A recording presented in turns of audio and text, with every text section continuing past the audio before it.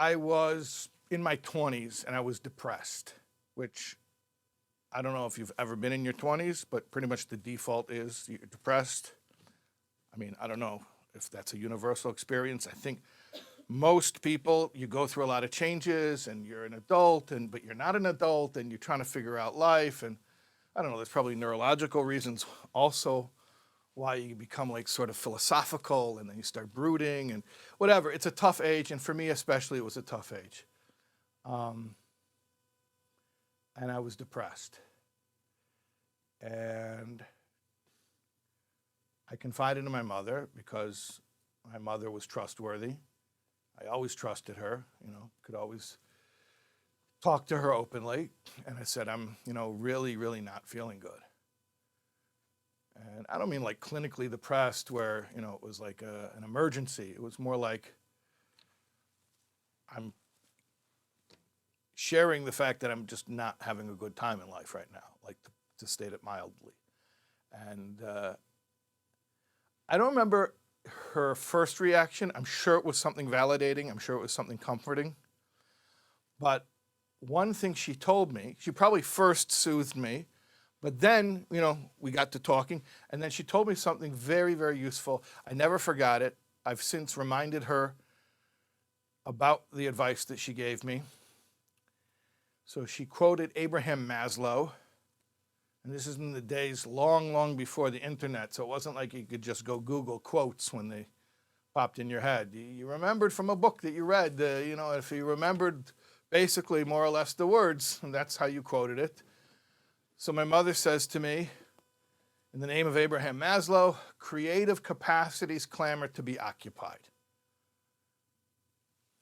And it really, really struck me. First of all, it's a great quote, the alliteration, creative capacities clamor to be occupied. She told me that if you have creativity that you're not using, that itself can cause emotional distress.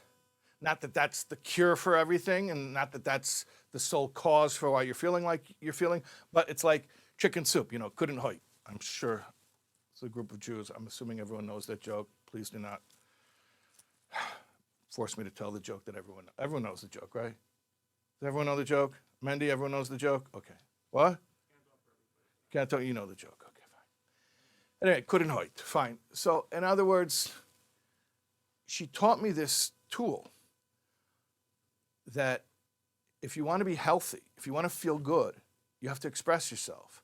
And if you have an ability, creative capacities, right? You have the ability to, and you're not using it, then it's going to cause distress. Now, decades later, I saw in a letter of the Lubavitcher Rebbe in the Igros Kodesh, the Rebbe said pretty much exactly the same thing.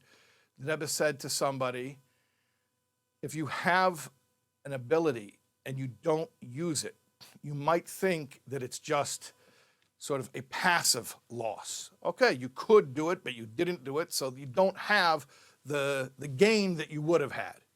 The Rebbe says it's not true. It's a negative because it'll cause you problems. When you have something in you that could be expressed and you're not expressing it, it actually causes issues. You have to get it out. So that was another thing that she taught me, is like creativity is part of our basic wellness. You have to be expressing yourself. And that's always pushed me, to write, to speak, to express myself, to think. She taught me how to think also, really. My ability to think creatively, analytically, to take something apart in 20 different ways, put it back together, try to come to a conclusion. I learned that. I mean, a lot of that, it wasn't just her, it was a lot, like Shabbos table discussions growing up with my family, typical Jewish Friday nights, really combative, polemic Friday night arguments. But primarily she was my teacher as far as learning how to think creatively.